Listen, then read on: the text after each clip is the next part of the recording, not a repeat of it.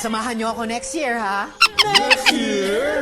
Push the fucking pack off of the porch or break a pound down. Hit the strap if you happen to blow it, make surround sounds. Pussycat on my lap.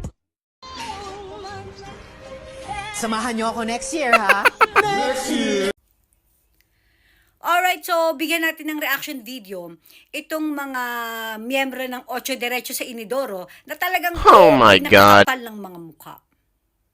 Kundi ba naman talaga kayo mga walang hiya? Mahilig talaga kayo mang iwan sa ere. Remember, dilawan kayo. Okay? Pero dahil nabuko na ng taong bayan ang kahayupan at kawalang hiyaan nyo, iniwan nyo yung dilaw. Nag-pink kayo, remember? Kaya nga naging kakamping kayo eh.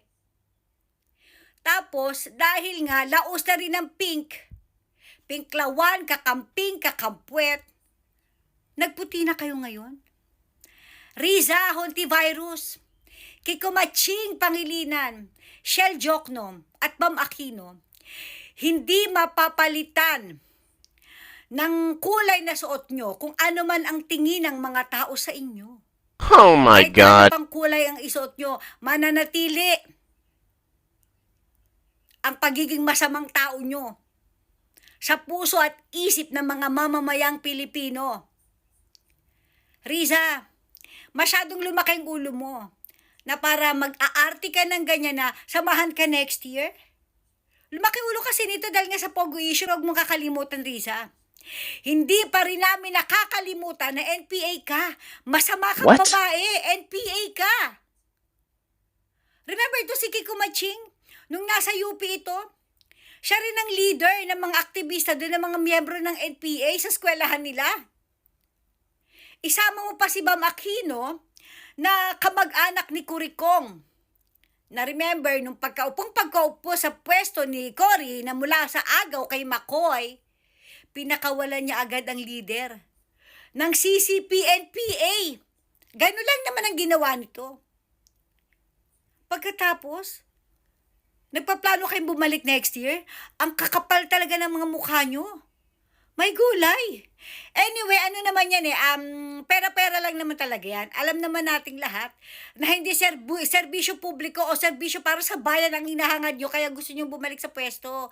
Gusto nyo lang ulit na kapangyarihan para makapaghiganti kayo sa palagay nyo na naging dahilan ng pagkatalo at pagkasawi nyo at pagkalaos nyo na rin. Kilala namin ang dilawan. Kahit ano pang kulay isuot nyo, dilawan kayo sa paningin namin. Uutuin nyo kami na kaway kayo ngayon? Pwede ba? Hindi na ito yung panahon nyo.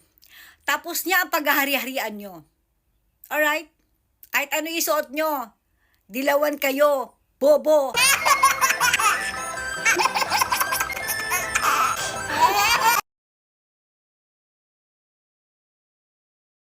Huwag mong subukan. Masisira ang buhay mo. Dala ang maayong track record ug inspirasyon. Gibisita ni Team Pinoy Senatoriable Risa Hontiveros ang agdaw ug panakan. Bit-bit ang iyang mga plano kung anaa na siya sa Senado. Pagpapadayon sa ating laban kontra sa korupsyon. Tanan pa ng mga balaod para sa dignidad ng mga kababaihan. Kasunod ng Cheaper Medicines Law, Universal Healthcare. Mainiton pud siya nga gidawat sa panakan diin giendorso siya ni Vice Mayor Rodrigo Duterte. Saka atong pagnaon, Risa Hontiveros. Pag-uman at nala, tulad ni Mayor Duterte, hugay ng lumalaban.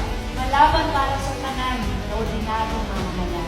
Positibo si Hontiveros nga makadaog ilabi na nga misulod na kini sa top 12 sumala sa latest survey ug sa dakong suporta sa mga Dabawenyo. Dahil ako'y isang kauban, isang ordinaryong mamamayan tulad ng karamihan ng tao dito sa Oh my lungsod God. Davao. Kahit wala akong bitbit na mabigat na apelido o malaking pera, pero bitbit yung track record o aspirasyon, What? tayo ng laban.